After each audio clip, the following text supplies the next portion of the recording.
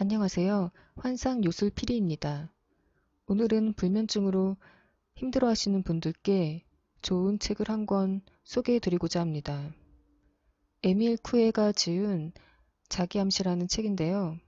에밀 쿠에는 프랑스의 약사이자 심리치료사로 무의식과 암시의 본성을 탐구함으로써 응용 심리학에 깊은 영향을 미친 분입니다. 그럼 이 책의 앞부분을 읽어드리겠습니다.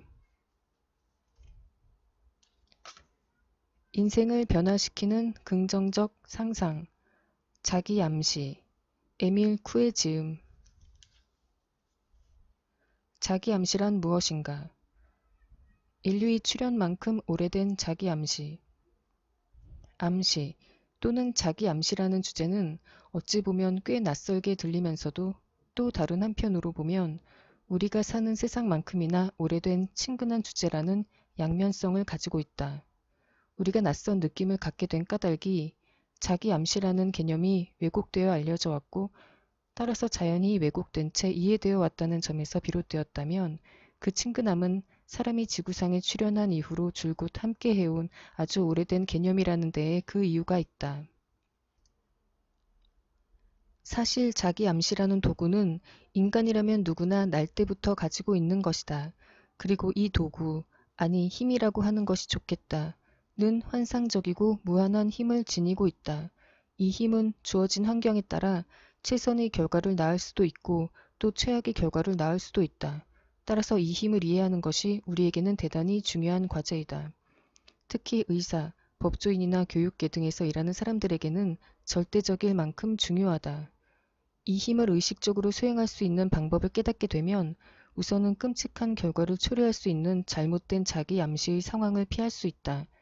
더 나아가 이 상황을 좋은 것으로 대체하여 육체적인 건강은 물론 부정적인 자기 암시에 자기도 모르게 희생되고 있는 신경질적이고 병약한 자신의 정신에 건강을 가져올 수 있다. 그리고 잘못된 길을 선택하려고 하는 이에게 다른 길을 안내할 수도 있게 된다. 우리 안에 있는 두 개의 자아, 의식과 무의식. 자기 암시라는 현상을 제대로 이해하기 위해서는 우선 우리 안에 존재하는 전혀 다른 두 개의 자아, 곧 의식과 무의식에 대해 알 필요가 있다. 이 두 의식은 모두 지적인 존재로 말 그대로 하나는 의식할 수 있지만 다른 하나는 의식할 수 없는 자아이다. 이런 이유에서 무의식적 자아는 흔히 우리의 관심 밖으로 밀려나곤 하는데 그러나 우리가 뜻하지 않았던 상황을 만나게 되면 그 실체를 잠깐씩 드러내기도 한다. 이런 이야기를 들어본 적이 있을 것이다. 어느 몽유병 환자가 잠에서 깨지 않은 채로 일어나 옷을 입고 방을 걸어 나와 아래층으로 내려간다. 복도를 지나 낮에 마치지 못했던 일을 끝마치고 다시 방으로 돌아가 눕는다. 그리고 다음날 자신이 전날 밤 해놓은 놀라운 일을 보고 경악했다는 식의 이야기를 말이다. 아무런 의식 없이 이 사람은 뭔가를 한 것이다. 도대체 어떤 힘이 이 사람의 몸을 움직인 것일까? 무의식적 자아? 좀 끔찍하지만 역시 우리가 자주 듣는 이야기를 보자. 술에 취한 나머지 일시적으로 정신 착란에 빠진 사람이 있다. 마치 미친 사람처럼 손에 잡히는 흉기, 그것이 칼이건 망치건 해머건 닥치는 대로 집어들고 휘두른다. 치명적인 휘두름 끝에 주위에 있던 어느 불운한 사람이 희생된다. 이내 정신이 든 이 사람은 자기 주위의 끔찍한 광경을 발견한다. 자신이 그 광경을 만든 장본인임은 까맣게 모른 채 이 불행한 결과를 초래한 이 힘 역시 무의식적인 자아인 것이다. 의식적 자아 속에는 매우 불확실한 정보들로 가득 차 있지만 무의식적 자아는 우리 삶 속에서 일어나는 극히 작고 하찮은 사건들을 우리가 알아차리지도 못하는 사이에 마법처럼 빠짐없이 기록하고 있다. 게다가 무의식은 귀도 얕아서 들리는 대로 그대로 받아들인다. 즉 우리의 뇌와 몸이 각 구성들 사이의 중간 매개 역할이 무의식의 몫인 것이다. 그래서 때로는 모순되게 느껴지는 일들이 일어난다. 따라서 우리는 우리 몸이 어느 한 부분이 건강하거나 혹은 병이 들었을 때 혹은 그냥 그렇다고 느껴질 때 과연 정말로 그런 것인지는 알 수 없는 것이다.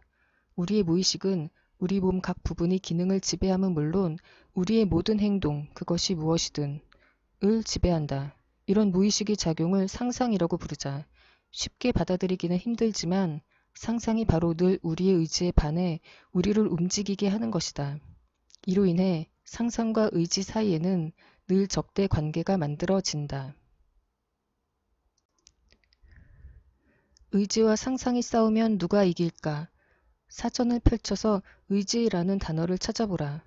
어떤 행동을 자유로이 결정하는 능력이라고 쓰여 있다. 우리는 이 정의를 아무 의심 없이 받아들인다. 실은 전혀 말이 안 되는데. 하지만 우리가 늘 당당히 여기는 의지는 상상에게 항상 자리를 양보한다. 이것은 한치의 예외도 없는 절대적인 법칙이다. 에잇, 말도 안 되는 소리 마쇼 라고 말한다면 아니요, 이것은 진실입니다. 라고 나는 분명히 말할 것이다. 이런 사실을 믿고 이해하고 싶다면 한번 주위를 둘러보라. 그리고 당신 눈에 보이는 것을 이해하려고 노력해보라. 그러면 이내 내가 말한 것이 터무니없는 말이 아니라는 것을 알게 될 것이다. 머리가 좀 이상한 사람이 한 말이 아니라 사실을 있는 그대로 한 말임을 알게 될 것이다. 땅바닥에 폭이 한 30cm쯤 되고 길이가 10m쯤 되는 널빤지가 놓여 있다고 가정해보자. 누구나 이 널빤지의 한쪽 끝에서 다른 쪽까지 쉽사리 건너갈 수 있음은 확실하다. 이제 실험의 조건을 바꾸어 보자.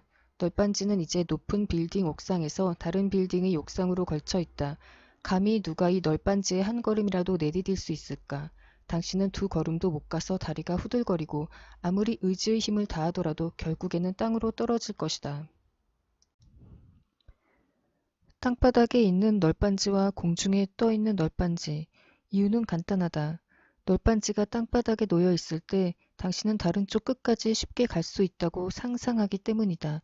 하지만 공중에 떠 있는 널빤지를 보며 당신은 갈 수 없다고 상상한다.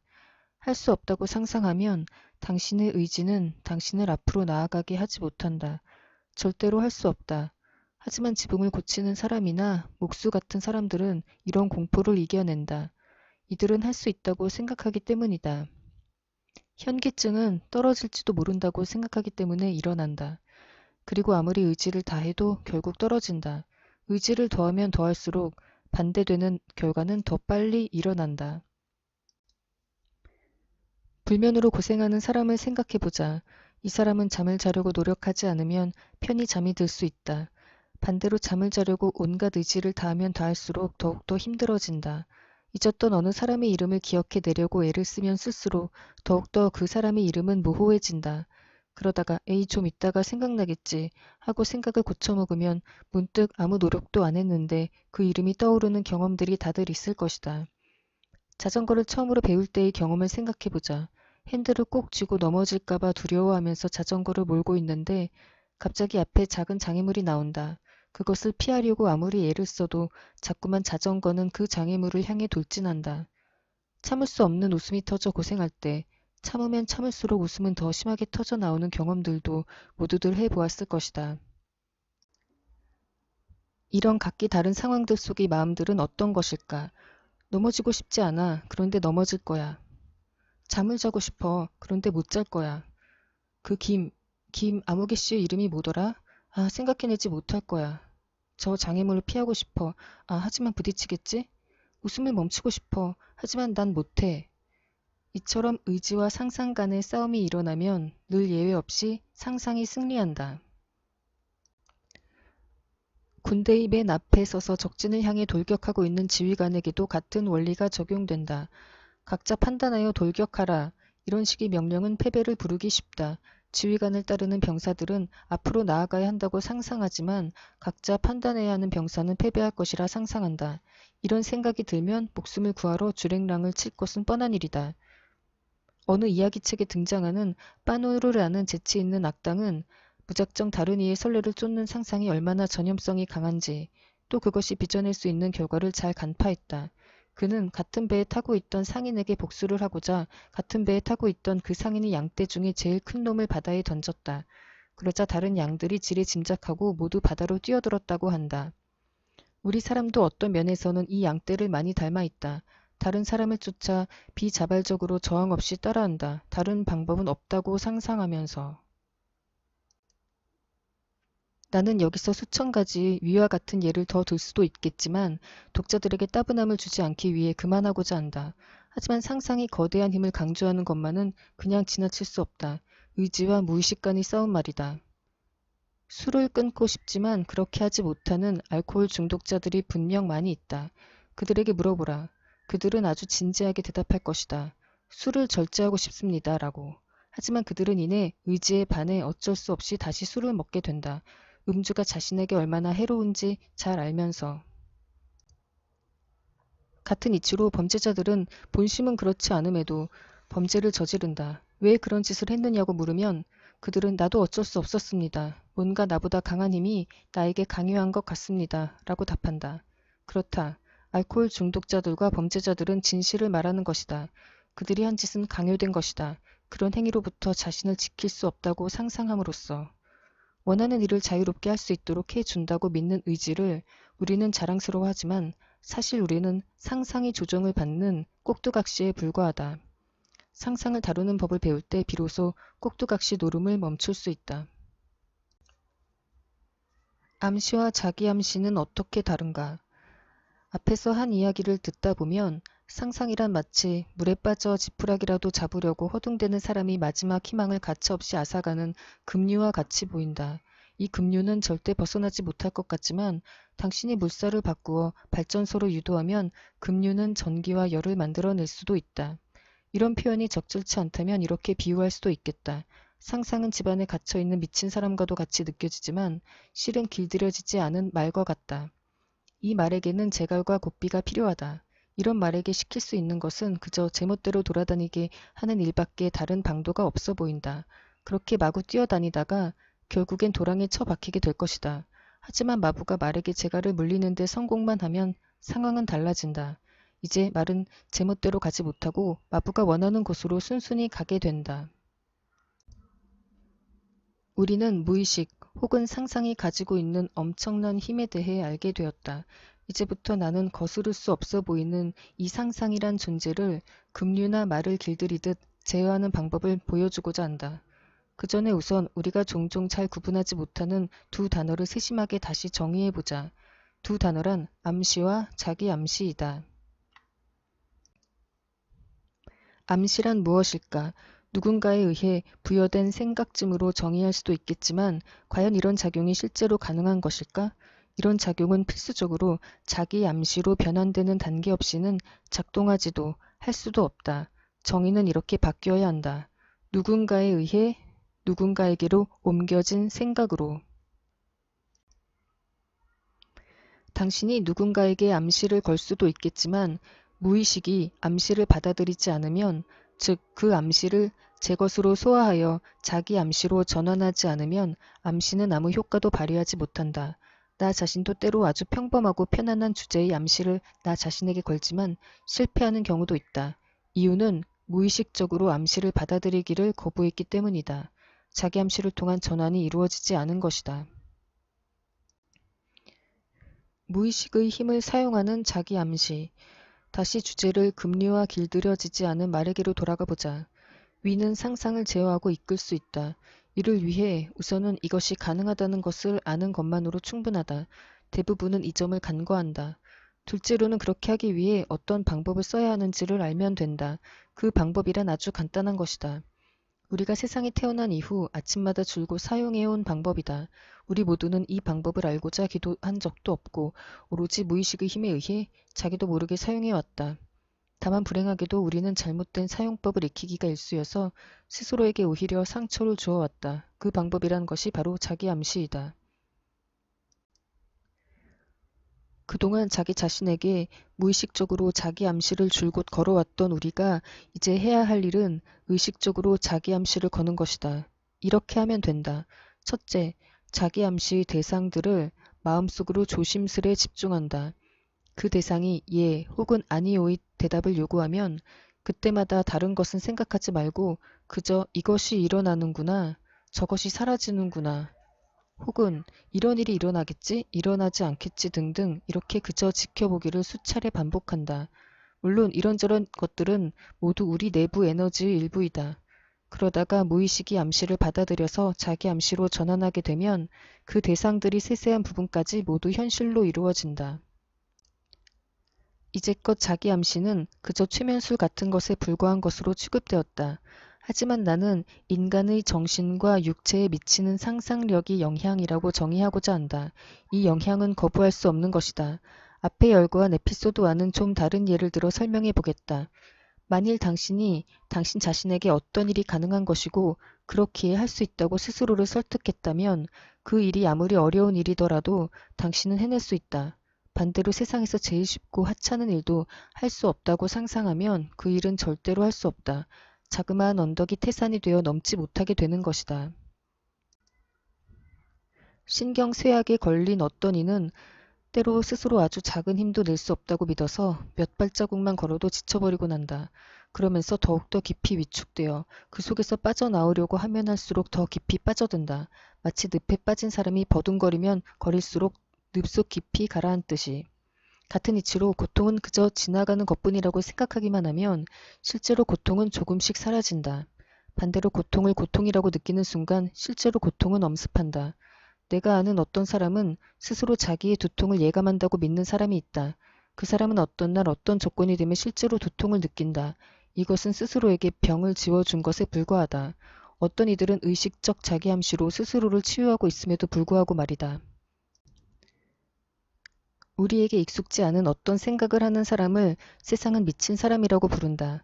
그런 소리를 들으면서도 이런 사람들은 스스로의 정신과 육체가 병들어 있다고 상상함으로써 그렇게 정신과 육체가 병들어 있는 상태를 벗어나지 못한다. 또 어떤 이들은 전혀 그럴 이유가 없음에도 중풍이나 마비 증세를 보이기도 한다. 이 역시 스스로를 마비라는 상상으로 묶은 것이다. 이런 사람들 중에 아주 소수만이 스스로를 치유할 수 있다. 행복이나 불행은 어떻게 상상하느냐에 달려있다. 이를테면 똑같은 상황에 처해 있는 두 사람 중에 한 사람이 완벽한 행복을 느끼는 반면 다른 한 사람은 처절한 황폐함을 느끼는 것처럼 말이다. 신경쇠약, 말더듬이, 대인기피, 그리고 마비 증세를 보이는 많은 경우들이 실은 그저 무의식적 자기 암시의 부산물에 불과하다. 즉 자신의 육체와 정신에 가해진 무의식이 어떤 일을 저지른 것이다. 그러나 우리의 무의식이 각종 병증의 원천이라면 동시에 몸과 마음의 치료 역시 무의식이 몫이다. 그것이 가벼운 것이건 심각한 것이건 고쳐낼 수 있다. 무의식이 우리의 생명과 존재에 미치는 영향은 이렇게 아주 강력하다. 아무도 없는 방에 편안히 앉아 눈을 감고 잠시 마음을 집중시켜 어지러운 망상들을 가라앉힌다. 그리고 이런저런 일들은 사라지고 있다. 이런저런 일들이 일어나고 있다라고 계속 생각한다. 의식적 자기암시의 법칙. 자기암시가 이루어지게 되면, 즉 당신이 던진 생각을 무의식이 실제로 실현시키게 되면 당신은 매우 놀라게 될 것이다. 자기암시의 특성은 그 존재 자체는 우리가 알아차리기 힘들다는 것이다. 자기암시가 이루어낸 결과를 통해서만 우리는 그 존재를 알게 된다. 그리고 무엇보다 중요한 것은 자기암시를 연습할 때에는 절대로 의지를 작용시켜서는 안 된다는 것이다. 의지와 상상 간의 타협이 이루어지지 않을 때 나는 이런 일을 꼭 이루어낼 테야 라고 의지가 말하더라도 상상은 그러고 싶겠지 하지만 그렇게 되지 않을 거야 라고 할 수 있다. 이렇게 되면 원하는 것이 이루어지지 않는 것은 물론이고 종종 정반대의 결과가 나오게 된다. 이런 작용을 이해하는 것이 가장 중요한 포인트다. 이런 이유로 우리가 정신적 결함을 다루기 위해 의지를 훈련시키게 되면 결국은 만족스럽지 못한 결과가 초래되는 것이다. 필요한 것은 상상을 훈련하는 것이다. 다른 심리치료 방법들과 나의 이 자기암시 요법 간의 이런 미묘한 차이가 심리요법의 성패를 가르고 있다. 지난 20년 동안 매일 내가 행한 수많은 실험을 통해 나는 아주 정교한 부분까지 실험하기에 이르렀고 일종의 법칙이라 할 수 있는 다음과 같은 결과를 정리해낼 수 있었다. 1. 의지와 상상이 부딪힐 경우 예외 없이 상상이 승리한다. 2. 의지와 상상이 부딪히면 상상의 힘은 의지의 제곱에 비례한다. 3. 의지와 상상이 서로 동의할 경우 그 힘은 단순히 더해지는 것이 아니라 곱해진 만큼 커진다. 4. 상상은 마음먹은 대로 움직인다. 제곱이나 곱해진다라는 표현은 이해를 돕기 위한 표현이다. 이렇게 되면 아무도 병에 걸릴 일이 없어 보인다. 진실로 그렇다. 그것이 무엇이건 모든 질병은 자기 암시로 치유될 수 있다. 그러나 그럴 가능성이 있다는 말이지 늘 된다는 것은 아니다. 이 차이를 잘 이해해야 한다. 의식적 자기 암시법을 배우기 위해서는 피아노를 배우거나 책을 읽는 법을 배우듯이 그 요령을 배워야만 한다. 자기 암시는 우리 모두가 태어날 때부터 지닌 도구이다. 우리는 일생을 통해 어린아이처럼 천진스럽게 이 도구를 무의식적으로 갖고 논다. 그러나 이 도구는 아주 위험스러운 것이 될 수도 있다. 무분별하고 무의식적으로 이 도구를 다루면 자신을 다치게 하거나 심지어 목숨을 앗아갈 수도 있다. 반대로 이 도구를 의식적으로 다루는 방법을 알게 되면 생명을 구할 수도 있다. 이솝은 혀를 일컬어 세상에서 가장 좋은 것과 가장 나쁜 것을 동시에 지니고 있는 것이라 했다. 자기 암시란 도구 역시 혀와 같다. 이제부터는 의식적으로 자기 암시를 작동시킬 때 우리 모두가 얻을 수 있는 혜택에 대해 얘기해 보겠다. 사실 우리 모두라는 말은 좀 과장된 것이다. 의식적인 자기 암시를 일으킬 수 없는 두 부류의 사람이 있다. 한 부류는 이런 도구를 이해할 능력이 없는 사람들이고 또 다른 한 부류는 이해하려고 하지 않는 사람들이다. 이제부터는 중간에 예시를 잠시 생략을 하고 다음 부분을 읽어드리겠습니다. 인생을 변화시키는 긍정적 상상, 자기 암시. 의식적 자기 암시의 수행법, 에밀 쿠에. 매일 아침 자리에서 일어나기 전과 그리고 매일 저녁 잠자리에 들기 전에 눈을 감고 성공을 위한 주문을 20번 반복한다. 나지막하게 숫자를 세어가며 이렇게 반복한다. 나는 날마다 모든 면에서 점점 더 좋아지고 있다. 특별한 것에 관심을 두고 말하지 말고 모든 면에서 좋아지고 있다고 생각하며 반복한다. 믿음과 자신감, 그리고 자기가 원하는 것을 이룰 수 있다는 확신을 갖고 자기 암시를 행하라. 믿음이 크면 클수록 원하는 결과 역시 더욱 크고 빨리 나타나게 된다. 밤이건 낮이건 생활하는 동안에 기분이 가라앉거나 몸과 마음의 이상이 느껴지면 주저없이 확정적으로 자신에게 말하라. 그러면 의식적으로 이런 상태를 피할 수 있게 되고 증세는 곧 사라지게 된다. 가능한 혼자 있을 수 있는 곳을 찾아 눈을 감고 이마에 손을 얹는다. 몸이 고통이건 마음이 고통이건 개의치 말고 이렇게 소리를 내어 아주 빨리 반복한다. 곧 사라진다, 곧 사라진다, 곧 사라진다. 충분하다고 느껴질 때까지 반복한다. 사소한 증세의 경우 20초나 25초 정도면 사라지게 된다. 필요하면 다시 반복해도 좋다. 자기 암시를 수행할 때는 의지에 의한 노력은 절대로 피해야 한다.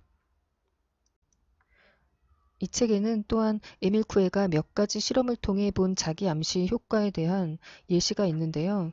불면증에 관한 부분이 있어서 읽어드리도록 하겠습니다. 불면증. 밤에 잠이 오질 않는데 굳이 자려고 애쓰지 않으면 마음이 진정되고 편안해집니다. 반대로 자려고 애를 쓰면 쓸수록 이리저리 엎치락 뒤치락 하게 되고 마음속에서 욕이 튀어나오게 되는 것입니다. 여러분이 원하는 휴식 대신 오히려 더욱 들뜬 상태가 되는 것입니다. 여러분의 마음은 나는 자야 돼. 그런데 잘 수 없어. 라고 말하고 있는 것입니다. 원하는 것과는 반대의 것을 얻은 셈이죠. 다시 강조하건대 의지와 상상이 부딪히면 원하는 일을 할 수 없는 것은 물론이고 오히려 정반대의 일이 일어납니다. 왜냐하면 우리 속에는 두 가지의 자아가 있습니다. 우리가 알고 있고 생각하는 의식적인 자아가 있으면 그 뒤에 무의식적 자아가 있습니다. 우리가 신경 쓰지 않는 의식의 밑바탕에 상상이 있는 것입니다. 이 자아를 등한시하는 것은 큰 잘못입니다. 우리가 이 두 번째 자아를 의식적으로 만들 수만 있다면 우리는 우리 자신을 진정으로 조절할 수 있게 되는 것입니다. 이상으로 책의 내용을 일부분 읽어드렸습니다. 마지막으로 에밀 쿠에의 성공을 위한 주문을 20번 읽어드리겠습니다. 나는 날마다 모든 면에서 점점 더 좋아지고 있다. 나는 날마다 모든 면에서 점점 더 좋아지고 있다. 나는 날마다 모든 면에서 점점 더 좋아지고 있다. 나는 날마다 모든 면에서 점점 더 좋아지고 있다. 나는 날마다 모든 면에서 점점 더 좋아지고 있다. 나는 날마다 모든 면에서 점점 더 좋아지고 있다. 나는 날마다 모든 면에서 점점 더 좋아지고 있다. 나는 날마다 모든 면에서 점점 더 좋아지고 있다. 나는 날마다 모든 면에서 점점 더 좋아지고 있다. 나는 날마다 모든 면에서 점점 더 좋아지고 있다. 나는 날마다 모든 면에서 점점 더 좋아지고 있다. 나는 날마다 모든 면에서 점점 더 좋아지고 있다. 나는 날마다 모든 면에서 점점 더 좋아지고 있다. 나는 날마다 모든 면에서 점점 더 좋아지고 있다. 나는 날마다 모든 면에서 점점 더 좋아지고 있다. 나는 날마다 모든 면에서 점점 더 좋아지고 있다. 나는 날마다 모든 면에서 점점 더 좋아지고 있다. 나는 날마다 모든 면에서 점점 더 좋아지고 있다. 나는 날마다 모든 면에서 점점 더 좋아지고 있다. 나는 날마다 모든 면에서 점점 더 좋아지고 있다.